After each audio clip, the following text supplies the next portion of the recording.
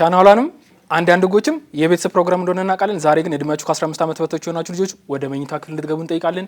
አይ መኝታ ክፍል የለንም አንድ ላይ ነው የምትሉ ከሆነ ደግሞ ዩቲዩብ ቻናል ላይ በኋላ የኛው ፕሮግራም ካለቀ በኋላ እናንተ ስትተኙ ታላላቆች ቤተሰቦች ገብታችሁ ዩቲዩብ ቻናል ላይ መከታተል ትችላላችሁ። ምንም ሌላ ነገር አጉል ነገር እናንተ የምንደብቃችሁ ነገር ኖሮ የባለጌ ነገር ልናወራ አይደለም። ዛሬ የምናነሳው ሁኔታ እድሜያቸው አነስ ላሉ ልጆች ላይ የሚያሳቅቅ ወይንም ደግሞ አንዳንድ ነገሮች ያሳስባቸዋል በሚል ስለሆነ ቻው እናንተ ወደ መኝታ ክፍል ሁኑ። ትላልቆቹ አዳምጡን። 18 ዓመታችን ሞልቷል ወይንም ደግሞ እኛ እስከ 18 ዓመታችን እኮ ያንቺ ግዴታ ነው ያንተ ግዴታ ነው የምትሉ ደግሞ ልጆች አላችሁ። ሚኒንግ እኛ ልጆች ነን፣ ስለዚህ ሁሉም ኃላፊነት በእናትና በአባት ላይ የሚወድቀው ልጆች ነን ብላችሁ የምታስቡ ልጆች አላችሁ። በዛው ተቃራኒዎች እኮ አላችሁ። ላይ ገና በትንሽ ዓመታችሁ እኛ ሁሉ ነገር ይችላል አንፈልጋችሁ የምትሉት እንዳላችሁ ሆኖ እድሜያችሁ 18 ዓመት በታች ሆኖ ወንጀል ብትፈጽሙ ምን ይገጥማችኋል? 8 ዓመታችሁ ቢሆን 10 ዓመታችሁ ቢሆን 16 ዓመታችሁ ቢሆን ምንድነው የሚመጣው የሚለውን እናንተ ትነግሩናላችሁ።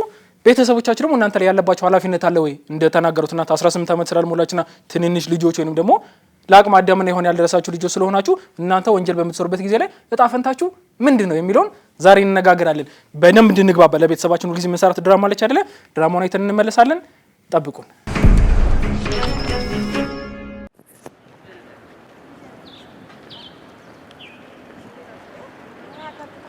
ሃና ሃና ሃና ሃና ሃና ወይ አቤት ምን ሆነሻል? ስጠራሽ እኮ አሰማኝ። ወይ አልሰማሁሽም እኮ እናቴ። ደህና ነኝ አለሁ። ምን ደህና አለ ብለሽ ነው እናቴ? አለሁ እንጂ እናቴ ምን ደህና አለ። አይዞሽ ነይ እስቲ እዚህ ጋር አረፍ በይ። ስጠራሽ እኮ ምንም ልትሰሚኝ አልቻልሽም።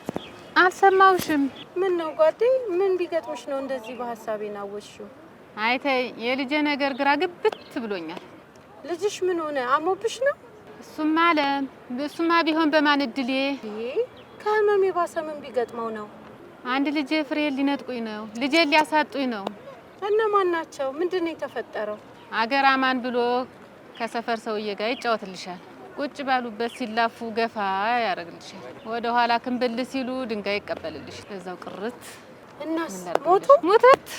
በስመ አብ እና ምን እናለው? ይኸው ልጄን ከኔ ነጥለው ወይን ሊጥሉብኝ ነው። የትኛው ልጅሽን ነው?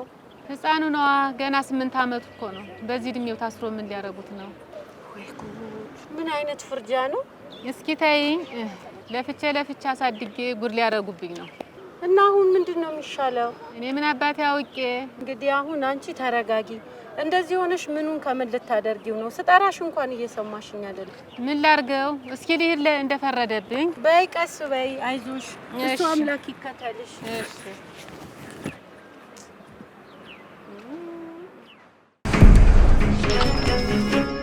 ድራማውን አይተን ተመልሰናል። እንግዲህ አይደለ የ8 ዓመት ልጅ ከትልቅ ሰው ጋር ሲጫወቱ ሰውየውን ትንሽ ነካ ሲያረጋቸው ሞቱ። ትንሽ ሰውና ትልቅ ሰው አንድ ላይ ለምን ያደርጋል? ምን አይነት ጨዋታ ነው የሚጫወቱት? እሱ የለም በቃ ጨዋታ እየተጫወቱ ነው። ትልቅ ሰውና ትንሽ ሰው የሚጫወቱ ጨዋታ ነበረ። ትልቅ ሰው ናቸው እየመከሩት ታረት እያወሩት ሊሆን ይችላል። በማንኛውም ሁኔታ ሲገፋ አደረጋቸው፣ እንቅፋት መታቸው፣ ወደቁ፣ መታቸው፣ ሞቱ። ይሄ የ8 ዓመት ልጅ በወንጀል ይጠየቃሉ ሊቀሙኝ ነው ብላ እና ተሳቃለች፣ ተጨንቃለች ነው ያለችው። ይሄን ምላሽ ለመመለስ መጀመሪያ የምንነጋገረው ምንድነው? አንድ ድርጊት ወንጀል ተብሎ ወንጀል ነው ብለን ስናገር ከሌለው ወንጀለኛ ይሄማ ወንጀል ነው ምናምን ብለን ስንናገር ማሟላት ያለባቸው ኤሌመንቶች አሉ። ይሄ ኢሞራል የሆኑ ነገሮች ሊኖሩ ይችላሉ አይደል? በወንጀል የማይስጠይቁ ነገር ግን ስነ ምግባር የለ ሂድ የሚያስብሉ ላይክ እንዴት ነውር ምናምን የሚባሉት ነገሮች አሉ። እነሱ ክራይም ያልሆኑበት ምክንያት ምንድነው ብለን ከተነጋገርን አንድ ድርጊት ወንጀል ነው እንዲባል ማሟላት ያለባቸው 3 ኤሌመንቶች አሉ። የመጀመሪያ ህጋዊነት ወይም ደግሞ ሌጋሊቲ የምትባለው መርህ አለች። በህግ ካልተጻፈ ይሄ እንዲህ ማድረግ ወይንም አለማድረግ ወንጀል ነው ተብሎ ካልተጻፈ ወንጀል አትጠየቁም። ታውቃላችሁ እንደዚህ አይነት አይምሮአችሁ ውስጥ የሚወጣላችሁ ነገር አለ። ያልተጻፈ ወንጀል እንድትሰሩ አይደለም እንድታበረታቱ አይደለም እየተናገርን ያለ ነው። ግን ዝም ብላላችሁ አብላሉት ባይምሮ እናንተ የምትሰጡት ግባት ለህግ አውጪው ምሳሌና ለህግ አውጪው ጥሩ መረጃ ስለሚሆን አልተጻፈም። ስለዚህ የኛውን ባደረገው በወንጀል አልጠየቅም ብላችሁ የምታስቡት ነገር ካለ ኢትዮጵያ ውስጥ እስኪ መጻፍ ትችላላችሁ። እርስ በርስ ተነጋገሩ፣ ኮሜንት ላይ ጻፉ፣ እኛ እንነጋገርበታለን። ሌጋሊቲ የምትባለው ምንድን ነች? ህጉ ወንጀል ነው ብሎ ካላስቀመጠ አንድ ሰው በወንጀል አይጠይቅም። ዴሊካል ኤሌመንት የምትባለው አችኛው ነች። ሌላኛው ደግሞ ግዙፋዊነቱ ወይንም አክተስሪያስ የሚባለው ድርጊቱ መፈጸም ወይንም ደግሞ አትፈጸም የተባለው ነገር አለመፈጸም ሆነ አለበት። ለምሳሌ እኛ ባየነው ድራማ ላይ ማለት ነው ሞቶ አይደለ አባባ ሲጫወቱ ከትንሽ ጋር ሲጫወቱ ሞተዋል ተብሏል። ስለዚህ እሱኛው አለ አክተስሪያስ የሞቱ ሰው ያሉ ማለት ነው። ግድያ ደግሞ የተባለው አለ አይደል? ደግሞ መግደል ወንጀል ነው ተብሎ በእኛ ተቀምጧል። ከተለያዩነት አገዳደሎች ጋር ልጁን ካረጋቸው በቃ ሞቱ። ይሄ ልጅ ወንጀለኛ ነው አይደለም ወይ የሚለውን በኋላ ሰዎችን እንመለከታለን። ግን የቆንጆ ኤሌመንት ወይንም ለዛሬ ውይይታችን ወሳኙ ኤሌመንት ምን ነች? የአእምሮ ወይንም ደግሞ ሐሳባዊ ሜንታል ኤሌመንት የምትባለው በላቲን ሜንስሪያ የምትባለው ላቲንኛ ችለን አይደለም። አብዛኞቹ የህግ ትምህርት ቤቶች የላቲን ተርሞች ስላላችሁ ነው። እቺኛው ኤሌመንት ምንድነች? አንድ ሰው ይሄን ድርጊት ያደረገው ሆነ ብሎ አውቆ ወይንም ደግሞ በቸልተኝነት ነው። ይሄ የ8 ዓመት ልጅ የስ ሰው መግደል ወንጀል ነው ተብሎ በእኛ ሀገር ተቀምጧል። ድርጊቱም ተፈጽሟል። ሞቱ እኮ አባባ አይደለ? ሜንስሪያ ወይንም ደግሞ ሜንታል የሐሳብ ኤሌመንት ሆነ አሟልቷል ወይ ይሄ ልጅ በቸልተኝነት ወይንም ደግሞ አውቆ ነው ያደረገው ብለን ማለት እንችላለን? የ8 ዓመት ልጅ የሚለውን እንነጋገርበታለን። በወንጀል ህጋችን እድሜያቸው ከ0 ወይንም ደግሞ እስከ 9 ዓመት ያሉ ሰዎች በወንጀል አይጠየቁም ይላል። እኔ አይደለም አልኩት፣ የወንጀል ህጋችን ነው የሚለው 9 ዓመት በታች የሆኑ ልጆች በወንጀል አይጠየቁም። ድራማ ላይ ያየነው ልጅ ስንት ዓመቱ ነው? 8 ዓመት ነው። ምን አደረገ? ገደለ። ማንን? አባባ ትልቅ ሰው ገድሏል። በወንጀል ይጠየቃል ወይ? የሰጡን ምላሾቹን አይታችሁ አይደለ? ከነሱ ካላችሁ አንደርስታንዲንግ የመለሱ ነገር አለ። ህጉ ግን የሚለው ምንድነው? እድሜያችሁ ከ9 ዓመት በታች ከሆነ በወንጀል አትጠይቁም። ምንም ብታደርጉ፣ ሰውን ገደላችሁ፣ አደንዛዥ እጽም ብታከፋፍሉ፣ ቤት ብታነዱ፣ አርሰን የሚባለው የማቃጠል ማንኛውም አይነት ወንጀል ብትሰሩ በወንጀል አትጠየቁም። ህጉ እናንተን ፕሮቴክት የሚያደርገው ነው፣ ልጆቹን ፕሮቴክት የሚያደርገው ይኸውላችሁ። ቅድም ግቡ ያልኳችሁ ለምንድነው እንደዚህ አይነት የምንነጋገራቸው ንግግሮች የማደፋፈር ወይም ደግሞ ሐሳብ የመስጫ አይደለም። ቤተሰቦችን ደግሞ ስታዳምጡን በእንደም ማዳመጥ ያለበት ነገር ምንድነው? እንመጣላችኋለሁ በኋላ እኮ ነግራችኋለሁ እኮ ሌላ አእምሯችሁ ውስጥ ምንም እንደምታሰቡ አንዳንድ ሰዎች እንዳላችሁ ስለምናውቅ እነሱን ተጠቅሜ ሌላ ነገር አደርጋለሁ። እሱን በኋላ እናወራበታለን። ግን በህጋችን እስከ 9 ዓመት ያሉ ሰዎች በወንጀል አይጠየቁም። ከ9 እስከ 15 ዓመት ደግሞ ያሉ ልጆች አሉ። እነሱ የሚጠይቁበት አግባብ አለ። እንዴት ነው የሚጠየቁት? ይሄ እንደ ሌሎቹ እንደ ትላልቆቹ አይደለም የሚጠይቁት። ወይም ደግሞ ለማረም ከመቅጣት በተለየ ማለት ነው ክትትል በጣም ደግሞ የማይማሩ ወይንም ደግሞ አደገኛ ተብሎ ወይንም የፈጸሙት ነገር ይታይና የማቆያዎች ወይንም ደግሞ የጁቪናል ሴንተር የሚባሉት የወጣት ታራሚዎች የሚባሉ ሴንተር ውስጥ የሚገቡበት ሊኖሩ ይችላሉ። እነዚህ እድሜያቸው ከ9 ከፍሎ ከ15 ዝቅ ያሉትን ማለት ነው። ከ9 ጀምሮ እስከ 15 ያሉት የሚገቡበት ሁኔታ አለ። ከ15 ዓመት በላይ ከፍ ካላችሁ ግን ማለት ነው ከ15 እስከ 18 እንኳን ያላችሁት በመደበኛው ስርዓት ነው በወንጀል የምትጠይቁት። የስ ልጅ መሆናቸው ምናምን እንደመቅለያ ሊሆንላችሁ ይችላል። ነገር ግን ይሄ እኔ ሁሉን ነገር ቤተሰቦች ወጣው ልጅ ነኝ ምናምን ወንጀል ላይ ሰራ ማለት ነው። በ15 በ16 በ17 ዓመታችሁ ካደረጋችሁ በመደበኛው አይነት አደልት እንደሚቀጣው ወይንም አደልት ሆኑ ሰዎች ትልልቅ እድሜያቸው ለአቅመ አዳም ላይ ደረሱ የሚባሉ ሰዎች እንደሚጠይቁት ትጠየቃላችሁ ነው። ስለዚህ በወንጀል ህግ ላይ ቶሎ ነው ትልቅ ናችሁ ተብሎ የሚታሰበው እንደ 18 አትጠበቁም ለማለት ነው። ለእናንተ ነው ማነሳላችሁ ጥያቄ አለኝ። የወንጀል ህጋችን ልኬን ሲያስቀምጥልን ለምንድነው የ9 ዓመት እስከ 9 ዓመት ልጆች ያሉትን ለምንድነው በወንጀል የማይጠይቀው? ወይንም በእኛ ድራማ ላይ የልጅ ለምንድነው በወንጀል የማይጠይቀው? የሰው ነፍስ አጥፍቷል፣ ኦፍ ኮርስ ሞቷል፣ ቤተሰብ ያላቸው አስተዳዳሪውን ትልቅ ሰው እና ካረጓቸው ገፍትሯቸው አውቆም ሳይሆን ሳያውቁ ምናምን ነገር ገድሏቸዋል። ለምን አይጠየቅም? ምክንያቱም አውቆም እንኳን ባይሆን በቸልተኝነት ለምንድነው የማይጠይቀው? በቸልተኝነት ነፍስ ማጥፋት በሚባለው ለምን አይጠየቅም? በቃ 9 ዓመቱን አውቆ ላይ ያደርግ ይችላል። ነገር ግን በቃ ሲጫወቱ ከነካቸው ነው እንደተባለው ነገር ከተገጩ እኛ መኪና ስንነዳ ሳናጋለን ሰዎችን ገጭተን የምንጠይቀው ዋይኖስ ለምን አይጠይቅም ብላችሁ ብትጠይቁ ምላሹ የሚሆነው ምንድነው? 9 ዓመት ያልሞላው ሰው 9 ዓመት ያልሞላ ልጅ የምትሉት ክሪሚናል ኢንቴንት የሚባለው ወንጀል ለመስራት ኔግሊጅ ቸልተኛም በሉት ለማወቅ የሚባለው ደረጃ አልደረሰም። በአይምሮ ኮግኒቲቭ ስኪል የአይምሮም ነገሩም ወይም የአይምሮ ብስለቱም የሞራሎችን በሞራል እኛ እያደግን የምናመጣው የምናዳብረው ሞራል ኤሌመንት አለ። እነዚህ የሚያሟላ ልጅ አይደለም። ከ9 ዓመት በታች ያሉ ሰዎች ኮግኒቲቭ ስኪላቸው ነው ኮግኒቲቭ ዴቨሎፕመንታቸው የአይምሮ ዴቨሎፕመንታቸውም ሆነ ያላቸው የሞራል እውቀት ወይም የሞራል ሁኔታ አንድ ድርጊት ማወቅ ነበረባቸው የሚያስብል ላይ ዴቨሎፕመንት ላይ አይደለም ያሉት። ስለዚህ አይቀጡም፣ በቃ አይቀጡም። እጣ ፈንታቸው ምን እንደሚሆነው ከተባለ ይጠብቃቸዋል። በነገራችን ህጉ እንደውም ይጠብቃቸዋል እነዚህን ሰዎች። ሌላ የሚታዩ ነገሮች አሉ። ምንድነው የልጆቹ እጣ ፈንታ? ወንጀሉን የፈጸሙበት ቦታ ላይ ምን አይነት ኢንቫይሮንመንት ነው ያለው? በዚህኛው ድራማ ላይ እኛ ባየነው ሁኔታ ላይ ማለት ለምሳሌ በቃ ድንገት ያፕን ያደረገ ነገር ነው። እስኪ ሌላ ወንጀሎችን ለምሳሌ ድራግ ዲለሮች አሉ እኛም ሀገር ሌላም ሀገር ልጆችን ተጠቅሞ የሚያቀባብሉ የሚሰጡ አደንዛዥ እጾችን ከቦታ ቦታ የሚያንቀሳቅሱ ሰዎች አሉ አይደል? እነዚህን ሰዎች እንኳን ልጆችን ወንጀለኛ ልናደርጋቸው ይቅር ማለት ያሉበት ኢንቫይሮንመንት ምናምን ነው። እነዚህን እየተጠቀሙ ያሉ ሰዎች ምንድን ናቸው? የማን ልጆች ናቸው? እንደዚህ እስኪደረጉ ድረስ ቸል የተባሉት ኔግሌክት የተደረጉ ተብለው እነሱን ወደ መጠበቅ ነው እንጂ የሚሄደው በቃ ከ9 ዓመት በታች ከሆኑ ልጆች በወንጀል አይጠይቁም። ይሄን አይምሯችሁ መክተት አለባችሁ። በእኛ ድራማ ታሪክ ላይ እንዳየነው እማማ ምን የሚያስደነግጣቸው ነገር የለም። በቃ መጨነቅ የለባቸው። ኦፍ ኮርስ ሰው እኮ ሞቷል። ነገር ግን ልጁን ጊልቲ የሚባል ነገር ነው። ጊልቲ ወይም የጊልቲ ኢንቴንሽን ወይም ጊልቲ ማይንድ ያለው ልጅ አይደለም። ከ9 ዓመት በታች የሆነ ሰው ይሄን ማድረግ አይችልም ተብሎ በህጉ ስለተቀመጠ ያስባል ተብሎ ስለማይጠበቅ በወንጀል አይጠየቅም ማለት ነው። ይሄን በደንብ ያዙ። ኤክሰፕሽኖች አሉት። እሺ ይሄኛው እንግዲህ እየተባለ የሚጠየቁበት አግባብ አለ እንዴ? ግን ይሽል ነው ወይስ ሁሉንም ከሁሉም ወንጀሎች ነው 8 ዓመት በታች ያሉ ልጆች ነፃ የሚወጡት ወይንም ደግሞ በወንጀል የማይጠየቅ ካላችሁኝ ከሁሉም ወንጀሉ በምንም ወንጀል አይጠየቁም እድሜያቸው እስከ 9 ሲሆን ማለት ነው። አሁንም ማሳስቢ አሁን እስከ 15 ዓመት ቁጭ ብለው ያልኳቸው በምክንያት ነው። እሺ ከ9 ዓመት በታች ብቻ እንዲዩት ያደረግነው እናንተ እንድትኖሩ የፈለግነው ምንድነው ህጉ ግን ማለት ነው ከ9 ዓመት በላይ ከፍ ካላችሁ 9 10 11 12 18 እንኳን ባትደርሱ ካላችሁ ማለት ነው ከፋፍሎ በሁለት መልኩ የሚቀጣችሁ ወንጀል ከፈጸማችሁ የምትሄዱበት ወይንም ደግሞ የምትሄዱበት ፕሮሰስ የምትጠይቁበት የምታረሙበት ፕሮሰስና አላማው ይለያያል እንጂ ትጠየቃላችሁ። ሀውስ አሬስት ቤት ውስጥ ልትቀመጡ ትችላላችሁ። ክትትል ሊደረግላችሁ ሊሆን ይችላል ከ9 ዓመት ከፍ ብላችሁ ማለት ነው ከ9 ከፈራችሁ እስከ 15 ከሆናችሁ ከዛ በዘለለ ደግሞ በጣም ላይክ የደረጋችሁት ነገር ወይንም ለመማር ወይንም ለመታነጽ አመቺ ሁኔታ ላይ ነው ካልሆናችሁ ቅድም እንዳወራ ነው ጁቬናይል ሴንተር ወይንም ደግሞ ታዳጊዎች የሚሆኑበት ማቆያ ላይ ተደርጋችሁ ክትትል ይደረግላችኋል። ግን እንደነዛኞች ነው እንደ አደልቱ እንደሚባሉት አይደለም። እሺ ላይክ በእስር ቤት ሆናን ለምትታሰሩት አላማውም እንደዚህ አይነት ስለሆነ ማስተማሩ ግን ትንሽ ገለል ተደረጋላችሁ። ከ15 ከፍ ብላችሁ 18 ያልሆናችሁ ቅድም እንዳወራ እንደ መደበኛው ነው የምትታዩት። ማቅለያ ሊያዝላችሁ ይችላል። ትንሽ ልጆች ናቸው ተብሎ ስለታሰበ እድሜያችሁን አልበሰልም አላመዘዘንም ምናምን በሚባሉት ታሳቢ ይደረግላችሁ። ነገር ግን በመደበኛው ቁጭ ያላችሁት የ15 ዓመት ልጆች ጀምራችሁ ማለት ነው። ስለዚህ ካሁን በኋላ ስታደርጉ ምንድነው 18 ዓመት ስለሆነ እኔ ምንም አይመጣብኝ የሚባሉ አስተሳሰቦች መቶ አለባችሁ ማለት ነው።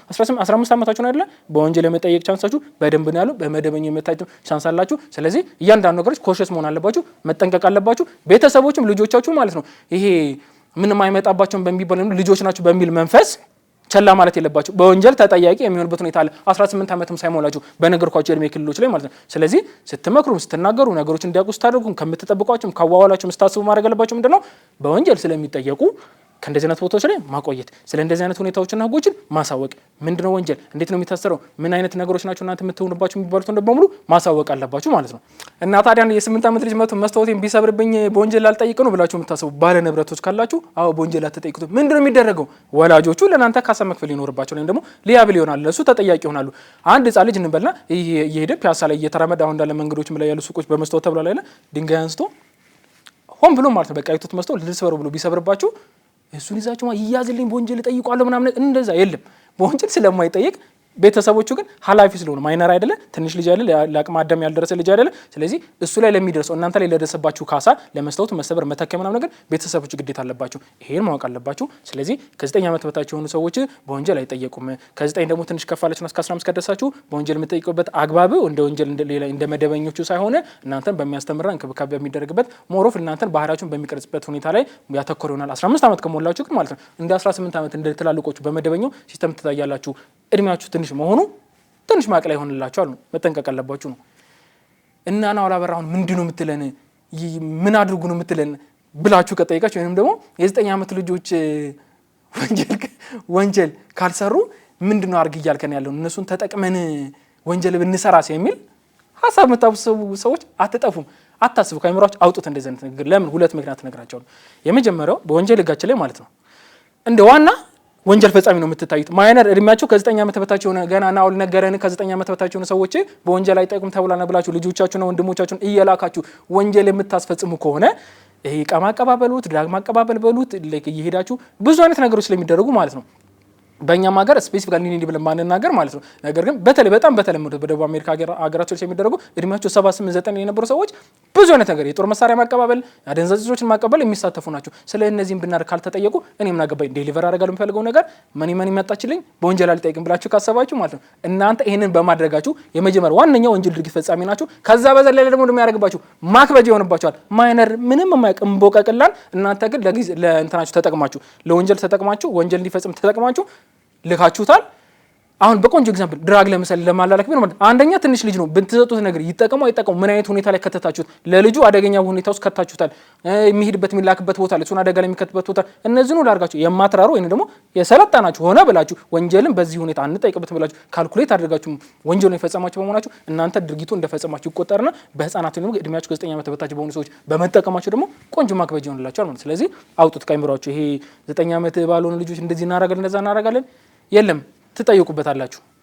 አሁን ጤናማ የሆነ አይምሮ ምን ይጠይቃል? ቁጭ ብላችሁ ተሰብስባችሁ እያያችሁ ባላችሁበት 15 ዓመት የሆናችሁ ልጆች አላችሁ እናት አባት ወንድሞች ተሰብስባችሁ እያያችሁ አይደለ 9 ዓመት ለምን ተመረጠች? ለምን 9 ዓመት ይባላል? ለምን 7 አልሆነም? ለምን 12 አልሆነም? ተመርጦ አናቱ ላይ ከ9 ዓመት ጀምሮ ወደታችሁ ያሉት ለምን በወንጀል የማይጠቁት የተባለው? የ9 ዓመት ልጅ ምን ያውቃል? የ10 ዓመት ልጅ ምን ያውቃል ብላችሁ ብትጠይቁ በቃ ህጉ ብሏል ካለ ምን አትባሉም። ጎበዞች ትክክለኛ ጠይቅ ነው የምትጠይቁት። እኛ ህግ ምን ነግራችሁ ህግ እንድታውቁ ምን ፈልገው ዝም ብላችሁ እንድትከተሉት ማለት እንድትቃወሙት፣ እንድታሻሽሉት፣ እንድትጠይቁ አይደለ? ለምንድነው በ9 የሆነው? yes ብዙ ሀገራቶች ለምሳሌ ማለት ነው የአፍሪካ ሀገራቶችን ኤግዛምፕል ማንሳት እንችላለን። ኤዥያ ያሉ ሀገራቶችን እነ ካናዳ ማንሳት እንችላለን። በወንጀል ተጠያቂ የምትባለው እድሜ እኛ ሀገር እስከ 9 የተባለች ማለት እስከ 12 ከፍ የሚልባቸው ሀገሮች አሉ። በዩናይትድ ኔሽን ደግሞ ማለት ነው በቃ ይሄ ፌር የሚባለው ወይም ደግሞ ተገቢ መሆን ያለበት ትንሽ ሚኒመም ኤጅ አንድን ሰው በወንጀል ለመጠየቅ 12 መሆን አለበት ነው ተብሎ አስቀምጧል። እኛ በ9 ነው እየተከተልን ያለው። ለምንድን ነው?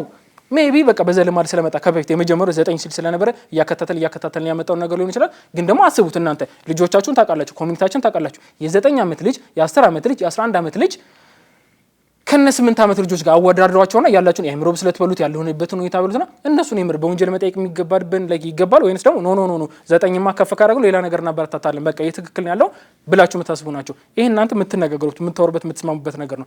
ፐርሰናሊ እናስብ ከተባለ ግን መታሰብ ያለባቸው ነገሮች እናንተ እንድታውቁት የምትፈልገው ምንድነው ህግ አውጪውንም ቢሆን ማለት ነው 9 ዓመት ብለን ስናደርግ ሪዝናብል መሆን አለብን ከብዙ አንፃር ማለት ነው። ባዮሎጂካል ፋክተሮች ማተር ያደርጋሉ። በ9 ዓመት ላይ እኛ ሀገር የ9 ዓመት ልጅ አእምሮ ዴቨሎፕመንቱ እንዴት ነው? ይሄ ቀን ጨረሰው እኮ በ13 ዓመት ነው ያደርገው እሱ እንትን እያደረግን አይደለም ኤክሰፕሽን ይላቸው ማለት አይደለም። ነገር ግን በ9 ብለን ስንል በምን ምክንያት ነው የተደረገው? የተጠናበት ነው ያን የታሰበበት ነገር አሁን ከዴቨሎፕመንት ጋር ቀንሱ ሊሆን ይችላል 9ም ፋይን ሊሆን ይችላል ኦር ደግሞ ከፍ ማለት አለበት የሚባለው ግን ለዲስከሽን መከፈት አለበት። እሱን ዲስከሽን እንዴት ነው የሚከፈተው? ህዝቡ ሲያውቀው ከ9 ለምን ሆነ ለምን ነው የተደረገው ለምን ነው ግን እስከ ዛሬ 9 ያደርግናል ነው በዚህ ምክንያት ነው ወይ ይቀየራል ወይ ደግሞ ህዝቡ ይገባዋል ማለት ነው። 9 ዓመት የሆነው በዚህ ምክንያት ነው ይባላል። ስለዚህ ይሄን ጥያቄ ብትጠይቁ ፌር ነው። እናንተ ስንት መሆን አለበት ብላችሁ የምታስቡት ከእናንተ ልጆቻችሁን ካሳደጋችሁበት ኮሚኒቲውን ከምታዩበት አይ ሚኒመም የምትባለው አንድ ሰው በወንጀል ተጠያቂ መሆን ያለበት እድሜ 9 አይደለም ሌላ ነው መሆን ያለበት ብላችሁ ካሰባችሁ ስንት እንደሆነ ትነግሩናላችሁ ማለት ነው። አሁን ጠቅል እናደርግላችሁ የዚህን ድረማ ሁኔታ ማለት ነው። ሪካፕ አንድ ሰው በወንጀል እንዲጠየቅ ወይም ደግሞ አንድ ድርጊት ወንጀል እንዲባል መሟላት ያለባቸው 3 ኤሌመንቶች ነግራቸው አይደለ? በህግ መጻፍ አለበት። በህግ ካልተጻፈ አንድ ሰው በወንጀል አይጠየቅም። እንደዚህ አይነት ጥያቄዎች ምንድናቸው ነው? በህግ ያልተጻፉ ወንጀል የሚመስሉ ነገሮች አላቸው ወይ? የቤት ስራ ሰጥቻቸዋለሁ፣ ጻፋቸው፣ እንማርባቸዋለን። ሌላኛው ደግሞ ድርጊቱን መፈጸም አለበት። ግዙፋዊነት ኤሌመንቱ የምትባለው አክተስ ሪየስ የሚባለው ዋነኛው ዛሬ ዲስከሽናችን ምክንያት ደግሞ የሆናቸው ምንስ ሜንስትሪ የሜንታል ኤሌመንት የአእምሮ ወይም ሀሳባዊ ኤሌመንቷም እሷን በተመለከተ ነው። አንድ ሰው ህፃናት ከ9 ዓመት በታች ስለሆኑ አባባና የገደላቸው አባባን ገፍትሯቸው የሞቱበት ትንሽ ልጅ ማለት ነው ወንጀል ለመፈጸም አይምሮ ብቁ ነው ተብሎ ስለማይሰብ ኔግሊጀንቱ ልንለው አንችልም። ኢንቴንሽናሊ ማድረግ ልንለው አንችልም። የአይምሮ ዴቨሎፕመንቱ ወይም ያለበት እድሜ ያንን ለማድረግ ጊልቲ ማይንድን ሊኖር የሚችል ሰው አይደለም በሚባል መስፈርት በእኛ ህግ መሰረት በወንጀል ህጋችን ከ9 ዓመት በታች የሆኑ ሰዎች በወንጀል አይጠየቁም። ስለዚህ የወንጀል ህግ ሀሳብን መቅጣት እያሰበ ወይም ደግሞ ሀሳብን ነው መቅጣት አላማ የሚያደርገው እከሌን መባሉ አይደለም። ሀሳብን መቅጣት ከተባለ ሀሳቧ ከጎደለች ወይም የነገርኳችሁ ሜንታል ኤሌመንት የምትባለው ነገር ከጎደለች ማን ነው የምትቀጡት? እንዴት ነው የሚቀጣው? ይሄ ልጅ የ8 ዓመት ልጅ በማንኛውም ሁኔታ ላይ ሀቁን ስነግራችሁ ማለት ነው የእናትየው ታሪክ ላይ ስንነጋገር እኮ እንትን እያደረገ ስለሆነ እየተጫወቱ ድንገት ሲገፋቸው ግፍትር አድርጓቸው ወደቁና ሞት ነው አይደለ? ተናዱባቸው ወይም ደግሞ በቃ የሆነ ነገር ቆንጥጠውት ምናምን ነገር ያው አንድ ትልቅ ሰዎች ሊመክሩን ሲሉ የሚያደርጉ ነገሮች አይደለ? ገፍትሯቸው የምሩን ገፍትሯቸው ሆነ ብሎ ተናዱ የ8 ዓመት ልጅ መናደድ በሚችሉ አቅሙ ተናዱ ገፍትሯቸው ከነበርና ድርጊቱ የተፈጸመው ነው ሳችሁ በዚህ እንኳን ቢሆን በህጋችን ስለተጻፈች ጊልቲ ማይንድ የምትባል የለችም። ይሄ አይምሮ ይሄኛው የሚመጣው ኮንሲኩዌንስ ነው ደግሞ ይሄን ነገር ለመበቀልም በሉት ለማጥፋትም በሉት ወንጀል ለመፈጸምም በሉት ከሞራል አንጻርም አይቶ ድርጊቱን ለመፈጸም የተነሳሳ ሀሳብ አለው። አይምሮ ቱ ሰም ዲግሪ ጊልቲ ማይንድ አለበት። ወንጀል ለመስራት አስቦ ነው ያደረገው የሚባለውን ስለማያሟላ መጠየቅ አይችልም ማለት ነው። በዚህ ምክንያት ይታለፋል፣ አይጠየቅም። ልክ አሁን እናንተ ማሰብ ያለባችሁ ይህን ስነግራችሁ ለምንድን ነው ወላጆች ቤተሰቦቻችን የመጠበቅ ኃላፊነት አለባችሁ። ልጆቻችሁ ስለሆኑ ብቻ ስለምትወዷቸውና በቃ ያለነሱ አይናችሁ ስለሆኑ ማለት መጠበቅ ይችላል። በህግ ትገደዱበታላችሁ። ልጆቻችሁ ያለበት ኢንቫይሮንመንት ምንድነው? እነሱ በማንኛውም ሁኔታ ላይ እድሜያቸው ከ9 ዓመት በታች የሆኑ ሰዎችን ወንጀል ስለፈጸሙ አይጠይቅም ተብሎ የሚታለፍ ሰው ማለት ነው ኮሽን ይደረጋል። ማን ወላጅ ኮሽን ይደረጋል። ለምን አደረጉት? ሆን ብሎ ማድረግ አንድ ነገር ነው። ቅድም ያወራን አይደል መላክ እንደዚህ አድርግ ማቀባበልና ወንጀል ለመፈጸም ይባሉ እሱ ነው። እንደዛ እንኳን ባይባል ወላጆች ይሄን ባታደርጉት እንኳን ማለት ነው እንደዚህ አይነት ኢንቫይሮንመንት ላይ ልጆቻችሁን ጥላችሁ ሄዳችሁ ከነበረ የስ መስራት አለባችሁ፣ መሯሯጥ አለባችሁ፣ ህይወት መገፋት አለበት። ይሄን በምታደርጉበት ሁኔታ ግን ልጆቻችሁን ጥላችሁ ሄዳችሁ በጎረቤት በአካባቢ በሰፈር ውስጥ ለዚህ አይነት ሁኔታ ላይ ተጋላጭ አድርጋችሁ የነበረ ከነበረ የስ ልጆቹ በወንጀል አይጠይቁም። እናንተ ግን የምትጠይቁበት አገባብ አለ። ምን በማድረግ ልጆቹን እንዲንጀራ አድርጋችኋል፣ ተጋላጭ አድርጋችኋል። ለምን እንደዚህ አይነት ኢንቫይሮንመንት እንዲቀመጡ ለወንጀል የተዳረጉ እንዲሆኑ ለሌላ ሰዎች ኢንስትሩመንት መጠቀሚያ እንዲሆኑ ትቀጣላችሁ። በዚህ ልጅነታችሁን ባይ ዘ ወይ ወላጅነት መብታችሁን ሊያስነጥቅ የሚችል ሁኔታ ነው። ስለዚህ ወላጆች ልጆቻችሁን አትጠቀሙባቸው ወንጀል አታደርጉ አይመከርም። እንደዛ ከኔ የሚመከር ነገር የለም። የስ ወንጀል ነው በምትሄዱበት ጊዜ ትምህርት ቤትን በሉት ሰፈሩም ውስጥ ሆኑት ከቅርብ ሰዎችን በምትሏቸው ነገሮች ላይ ማጋ ነው ማስቀመጠው ምን አይነት ሁኔታ ላይ ጥዬው ይይር ካሉት ለማን ነው እየሰጠው ያለው የሚባለው ማሰብና ማገናዘብ አለባችሁ። ልጆቹ እዛ ቤት ተቀምጠዋል አይደል ከእናንተ ጋር ወጥተው ርቀው ይሄዳል ያሉት እርስ በርስ ባልና ሚስት እናት አባት ከታላቅ ወንድሞች ጋር መመካከር ያለባቸው ነገር ምንድነው ልጆቻችን መጠበቅ አለብን። ይስ በወንጀል ላይ ጠይቁም ነገር ግን በወንጀል ላይ ጠይቁም የሚባሉን ብቻ ሳይሆን እንድትሰሙ የሚፈልገው ሜንታሊ ለመጣ አይምሯቸው ስላልበሰለ ነው። ስላልበሰለ ምን መሆን ይችላል በሰዎች መጠቀም ሊሆን ይችላል ላያውቁት ይችላል በፖስታም በፌስታልም በማንኛውም ነገር ላይ ይሄን ቃል እንተና ቀብር ተብሎ ሄዶ የሚያቀብል ከነበረ ምክር ከናንተ መሆን ያለበት ተግዛዝ ከናንተ መሆን ያለበት የት ቦታ ነው የሚገኙት ለእንደዚህ አይነት ወንጀል ለመፈጸም የሚፈልጉ ሰዎችን እነሱን የት ነው ያገኟቸው እናንተ የት ሄዳችሁ ነው ታላቅ ወንድም ታላቅ እህት እናት አባት የት ሄዳችሁ ነው ደግሞ ሞግዚት የሚባሉት ማለት ነው።